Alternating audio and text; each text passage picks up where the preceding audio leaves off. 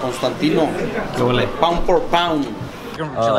So I just took a fight down in Brazil against Charles Oliveira. You know, he's in his prime right now. He's fought a lot of guys, and this is one of them fights that nobody wants to take. You know, nobody want to go down to Brazil, headline against this dude, a 5-round fight against a guy who's on his up and up. You know, he's on a 6-fight win streak right now. High risk. Yeah, it's high risk, low reward. You know, and I feel like I'm doing what guys like Conor, he just ain't doing. You know, my last fight against Gregor Gillespie, like you said, like that kid was, you know, that was in New York. He was from New York. He was already a national champion, undefeated. Momentum. And nobody wanted to fight that dude. Yeah. So I'm doing that again. Nobody wanted to fight this guy. But to me, I feel I'm gonna be the champ. So I gotta fight all these people anyway. They can run, they can hide, they can do whatever they want. Guys like Conor, he gonna take the tune-up fights. He gonna take the fights that's gonna make him look good, that's gonna be real favorable for him. Me, I fight everybody. So my last fight, that kid was a boxer / wrestler. This kid is straight Muay Thai and Jiu-Jitsu. And I feel like, what that say up there? A true champ can adapt to anything. So I can fight any style. Speaking about Floyd, he just won Fighter of the Decade in boxing, which is a huge accomplishment. You know, he deserves it.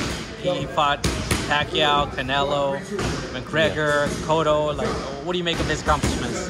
You're here at his gym. Yeah, Floyd is somebody I got extreme respect for. You know, I'm from Detroit.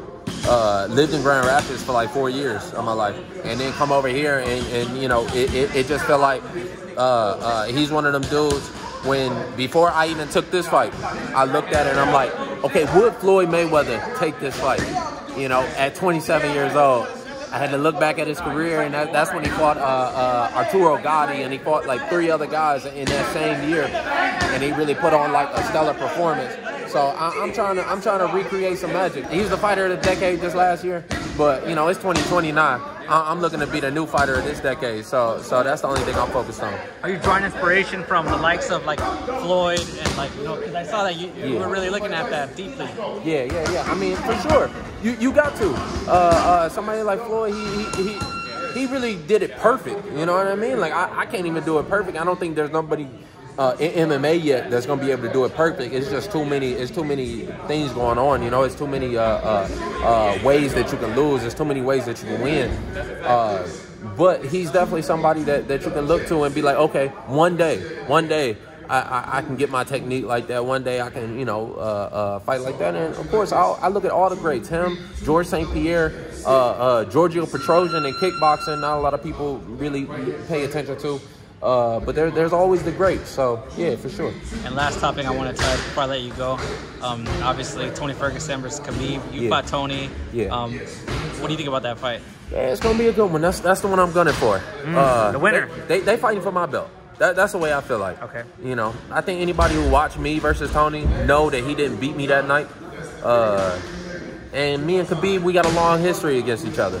So we definitely, that fight has to happen. So either way, either one that win that fight, I'm gunning for the winner.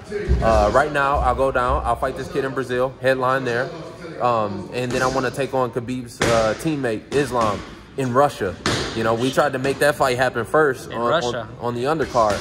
But I like it a little better in Russia. You know, go out there while we about to go to war with Russia. I like to, headline that. Does that make it a little bit more sweeter when you beat your opponent in his own hometown? Yeah, for me it do. You know, I'm a road warrior.